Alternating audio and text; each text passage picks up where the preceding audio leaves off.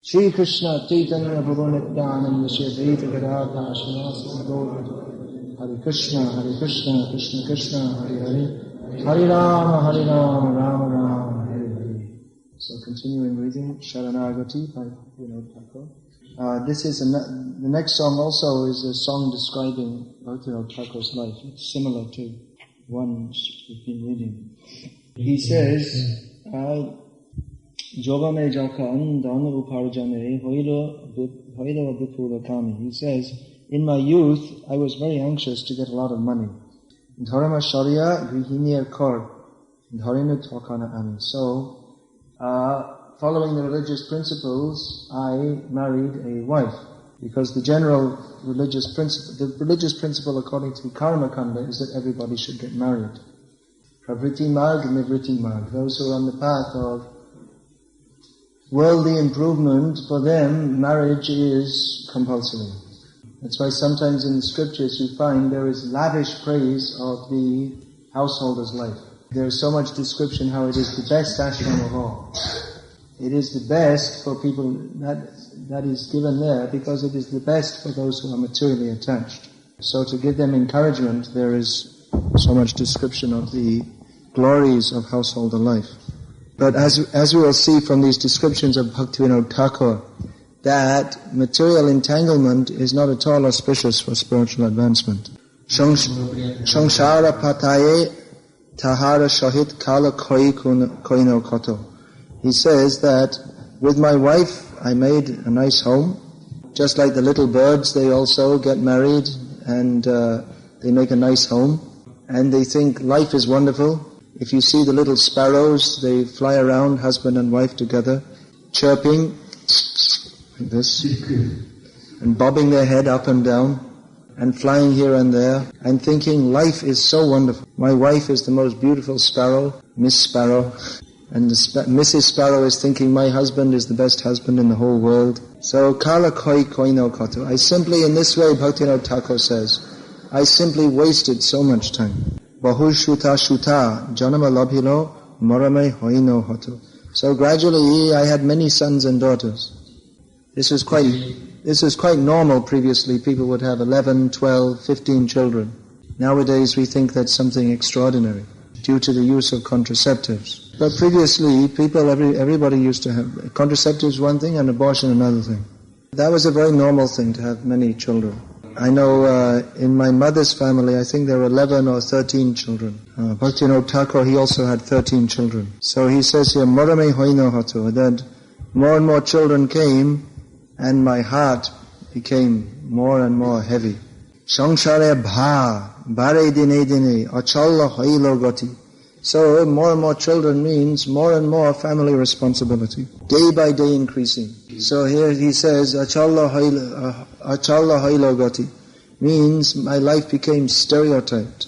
In youth, when people get married, you see, young boy, young girl, they think that everything is so nice and they're in a complete dreamland. They have an aura of great confidence about them. Maya makes the arrangement by which a young man and a young woman think that they will be gloriously happy together. But the actual fact is that as time goes on, the householder life seems more and more like a heavy weight around the neck, especially as one gets more and more children, because the householder, he has to bring in income. The man has to bring in more and more income, so more and more children means more and more strain. And for the wife also, more and more strain to look after so many children.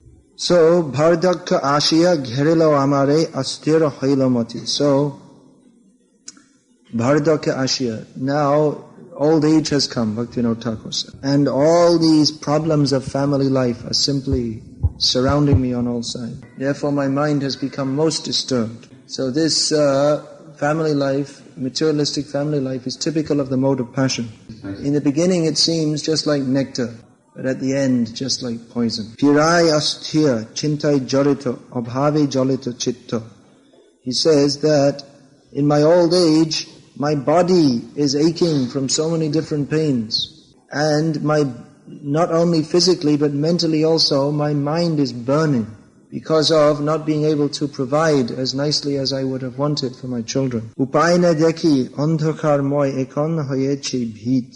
Now I don't see any means of deliverance. I'm simply deep in the darkness. Now I've become very afraid. This is the situation of a materialistic person. In his old age, he simply becomes afraid. He has nothing enjoyable left in his life. Nobody cares for him. In the Bhagavatam, Lord Kapila Dev describes that an old man, he's worked hard all his life for his family, but in his old age, people neglect him. Just like an old ox has worked so hard, but when he gets old, the farmer doesn't care for him at all. So in old age, someone has been through their life, they've worked so hard, they've had so many hopes and aspirations, but in old age they have nothing left to look forward to. Simply they're suffering all kinds of pains, and they have only death to look forward. And that also causes them great fear, because they don't know what will happen to them after death. Samsara tatani shrotanahi shesh marana nikota ghar. He says that the waves in the river of material life, the waves keep on flowing. You might be thinking that in old age I will live peacefully, I will retire. But there is no peace. Simply one is marana nikote ghar. One is simply waiting to face death, which is very close. Shabashamarpiya bhajibo tomai e asha bifalamo. He's saying that I had hoped that I would, in my old age, I would be able to give up everything and simply worship you. But that hope has also become useless, unfulfilled. Ebe shuno prabhu ami gotihin bhakti vinod koi. Bhakti Vinod, he says, my dear Lord, please listen to me. I have no means to make any progress. I'm useless. I'm directionless. Tava kripa bina shakali nirasha dehomore padashroy. He says, without your mercy, I have absolutely no hope whatsoever. So please give me shelter at your lotus feet. So this is the mood, Saranagati, mood of complete surrender. When one has no longer anything to hope for in this material world, then he can fully take shelter of the lotus feet of Krishna. One cannot actually serve Krishna or surrender to Krishna unless he is completely disgusted with material life. So the next song is very interesting. Bhaktivinoda Thakur is describing, he's giving an analysis of his own character. Actually, Bhaktivinoda Thakur is a great pure devotee, full of all good qualities. But in his own estimation, he's the most sinful person. That is the vision of a pure devotee. Even though he is the most exalted, he sees himself to be the most fallen. There's a verse in Chaitanya Charitamrita to that. I can't remember exactly. Oh, there's a verse that Krishnadas Kaviraj Goswami, 2 verses he says. Jagai madhai hoite muito papishto.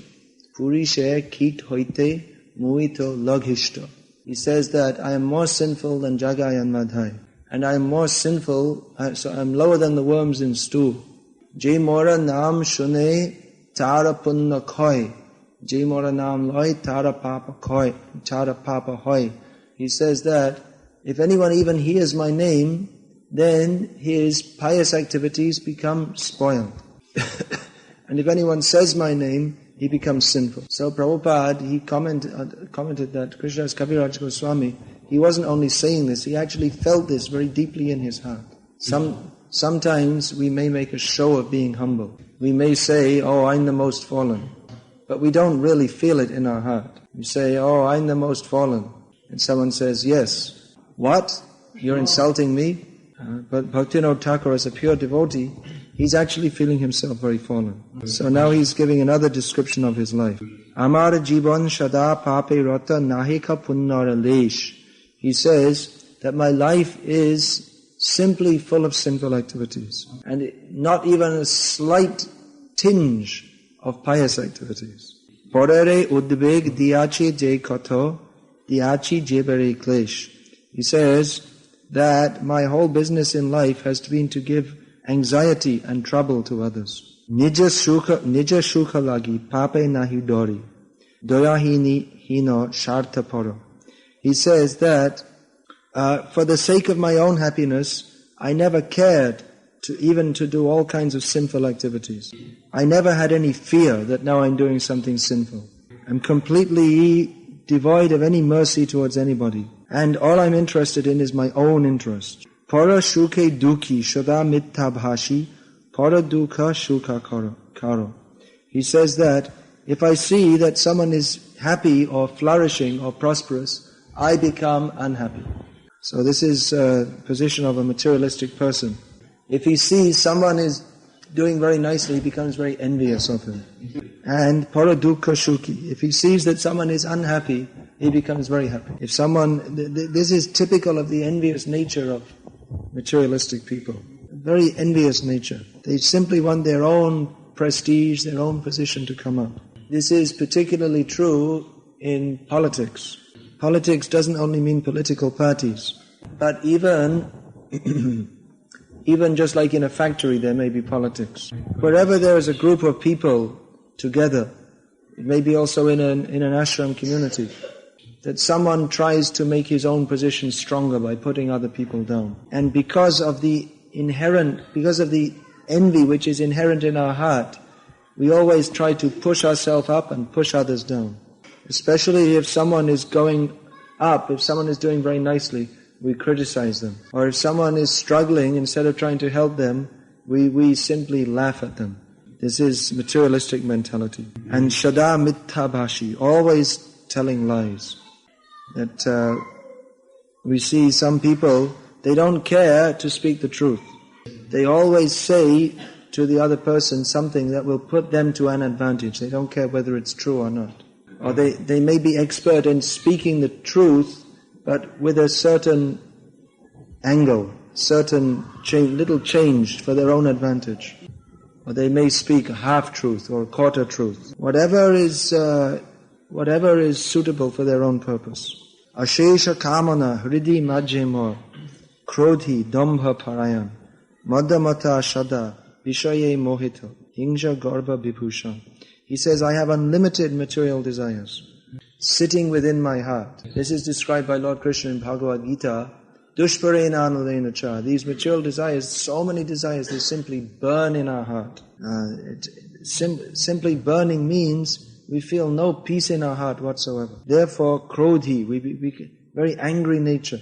When desires are frustrated, then we become angry. We become angry upon others, but the real problem is not the other, the real problem is ourselves. But we cannot see that because we are dambha parayan, because we are conceited and arrogant.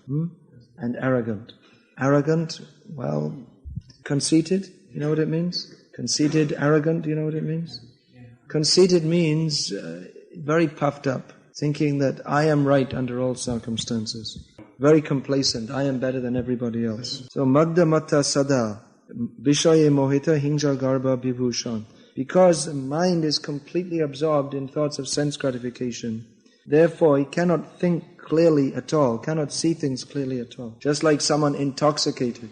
You see someone who's intoxicated, they cannot think clearly at all. Someone who's intoxicated, they may talk on and on and on and on, and they think what they're saying is very enlightened, but it's all nonsense. So in the same way, people are intoxicated by false pride, and they say so many things, but it's all nonsense. That means everything a materialistic person says, they like to talk so many things, all nonsense. Hingja Garbha Vibhushan. He says, the ornaments, Bhaktivinoda Thakur says, my ornaments are envy and pride. Nidra lasya hoto sukarje biroto akarje udjogiyami. He says, I'm spoiled by laziness and sleep, completely devoid of any pious activities, but very expert in performing all kinds of things which should not be done at all. Pratishta lagya shatta acharan lobahata shadakam. He says, for the sake of prestige, I do some shatta acharan, means I make a show of being very pious. Cheating. Just like you see sometimes people, they're very religious just for show. Just to show others that I'm very religious. Just like generally in America, the big politicians, they have to make a show of going to church every so often. Just so that people will think he's a very religious person. I think maybe in Russia the politicians have started to do this also. While they're in church, they're simply plotting how to get ahead in politics. They're making a show of being very pious, just to increase their prestige. Lobha hata, spoiled by greed and material desires. Eheno durjana shadjana borjito aparadhi niranto. But Thakur is saying, I'm such a sinful person that all well-intentioned people, all good people have abandoned me because I'm always offensive. I'm always so offensive to pious people that they have long ago left me. Shubha karja shunna. I'm devoid of any pious activity. Shadanartha mana. I'm simply filled with all the bad things. Nana dukhe jaraja. Means now, in this way, I've come into my old age in a very unfortunate position. Bhardak ke ekon upai bihin tate dina akinchan bhakati vinod prabhucharane kare dukha nivedam. Now I've come to my old age. I don't see any means of deliverance. Therefore I see myself as very fallen and without any shelter but you. Therefore Bhaktivinoda says, falling at your lotus feet, O Krishna, I tell you the miserable story. Falling at your lotus feet, O Krishna, I'm submitting to you my tale of sorrow. So sometimes we see this, sometimes people who are very sinful, they become so much despised by others that they actually turn to Krishna. Sometimes people who are very sinful, deep in their heart, they have a spark of Krishna consciousness covered. Everybody is naturally Krishna conscious, but some people, they have a little Krishna conscious developed from a previous life. In the Bhagavatam, 11th canto, is the story of one Brahmana from Avantipur, who was a very rich merchant, but he was extremely mean. He was very miserly and very irritable in his behavior. And he would behave very roughly towards everybody. He had no compassion upon anybody. So, in this way, even his own family members, they didn't like him. Even though he was so rich, he would chastise them, even if they wanted to spend little money for their practical necessities. He always acquired money by cheating others. So, gradually he grew older and older, but gradually also, even though he'd collected so much money, gradually he lost all his money. Then he found himself with so many enemies because he owed money to so many people. And even his family members, they now openly despised him. So finding that all his pride of his money, the pride that he had from having so much money, that had gone. And when he looked at his own life, he found what a miserable person I am. So he just left everything and surrendered at the lotus feet of Krishna. And he wandered here and there as a mendicant, and people took him as mad. People used to insult him, young boys used to call him names, throw stones at him. But he simply thought, this is a reaction to my sinful activities. Let me now take shelter of Mukunda. That song of the Avanti Brahmana is very famous. Every sannyasi, Vaishnava sannyasi, should say that every day. So there are many such examples. Bhaktivinoda Bilvamangal Thakur was also appeared to be a very sensuous person. Bilvamangal Thakur. He was very much attached to the prostitute Chintamani, and every night he would go to visit her. Even though he was born in a good Brahmin family, he had such a low-class habit. So one night he went to see her in the great storm. In India you'll find in the rainy season, sometimes there's very heavy storm, cyclone. And even big trees they will blow down. So on such a night, Bilvamangal Thakur went to see Chintamani. So to go there, he had to cross a river. But there was no boat because it was such a bad night, no boatman. So he found some dead body was there at the side of the river. Because people, they burn the bodies at the side of the river. Sometimes the body doesn't completely burn and it may be left there. So a dead body floats very nicely, blows up like a balloon and stinks. These practical facts of life you learn living in India. So he got such a dead body, and with the help of that, he swam over the dangerous river. Then Chintamani's house was in a compound, so he couldn't find how to climb over the wall. So he saw a creeper hanging down from the tree. So he caught hold of that, and with the help of that, he climbed up. Then he saw the creeper was actually a snake hanging down. So anyway, he came in completely wet to the house of Chintamani. Chintamani was astonished to see him. How have you come on a night like this? So he explained, nothing too difficult. With the help of a dead body and a snake, I came here. So actually Chintamani, even though she was a prostitute, she was also a devotee of Krishna. So she chastised him. She said, you have so much attachment for this body of mine, which is simply blood and bones. If only you had so much attachment for Krishna, what a great devotee you would be. So Bilvamangal Thakur, in his previous life, he had been a great devotee. He had reached up to the level of Bhava Bhakti, which is just prior to pure love of God. So when he heard the word Krishna from Chintamani's lips, something deep in his memory stirred up. Oh, Krishna. Then he thought, yes, now I have to find out Krishna. So he went to Vrindavan, and he lived there for 700 years. Krishna used to come to see him every day. He was also blind. How he was blind? That when he was going to Vrindavan, he was walking along the path, and he saw one beautiful woman. So, due to his past bad habit, he became attracted. The woman had come to the village well for collecting water. So Bilvamangal followed her back to her house.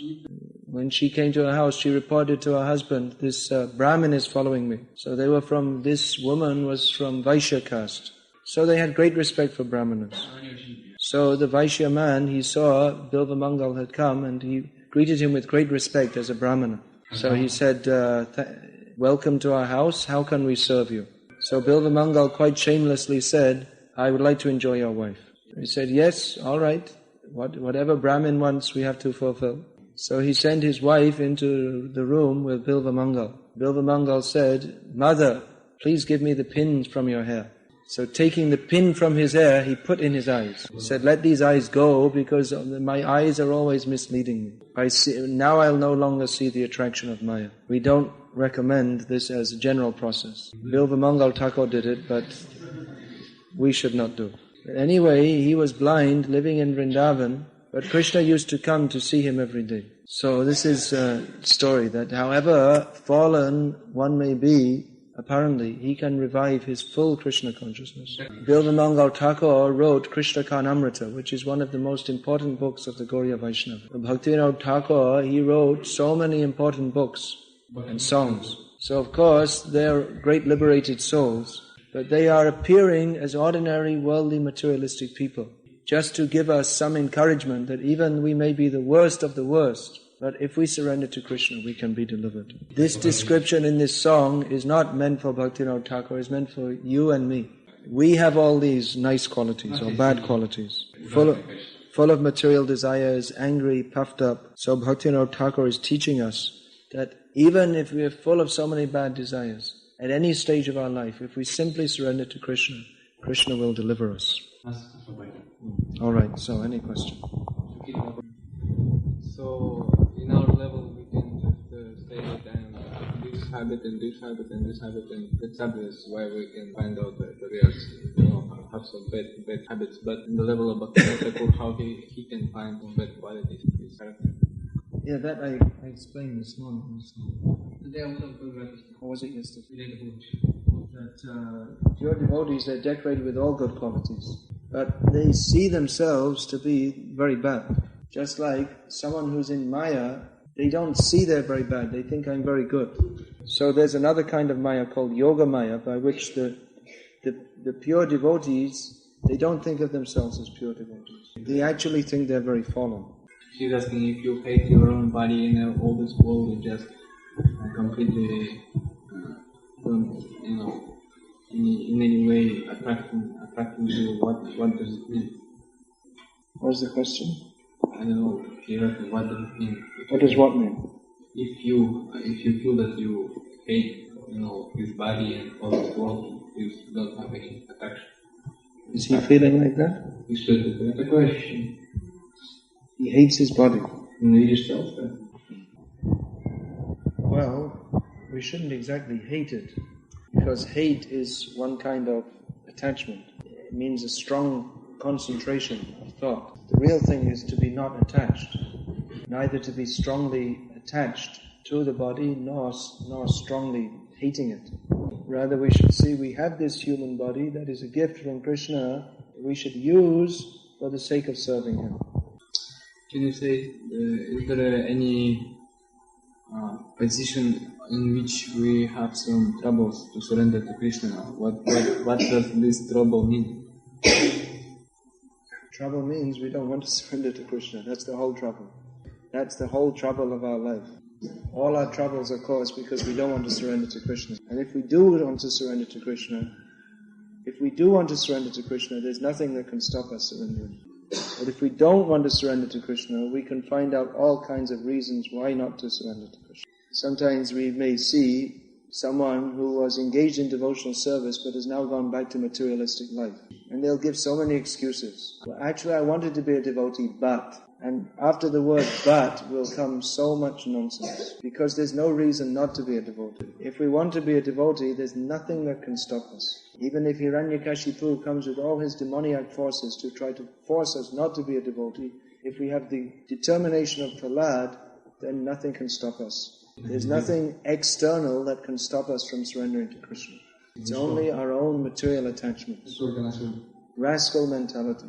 That we don't want to surrender to Krishna. We want to be Krishna. And we'll make a show that, yes, I want to surrender to Krishna, but because this, and some external reason we'll give. Any other question? Can you hear that in Hari Krishna Maharaj in his lectures? He always say that we should make this our life, like last life in this material world, but in one purport he read Srimad Bhagavatam. He read that we cannot just get liberated in one life. You can if you want to. Of course, ultimately everything is in Krishna's hands. But all our acharyas, they all recommend, make the endeavor to go back home, back to Godhead in this life. So if we are serious, everything is possible. If we're not, we can go on chanting Hare Krishna for millions of lifetimes, and we still won't get the result.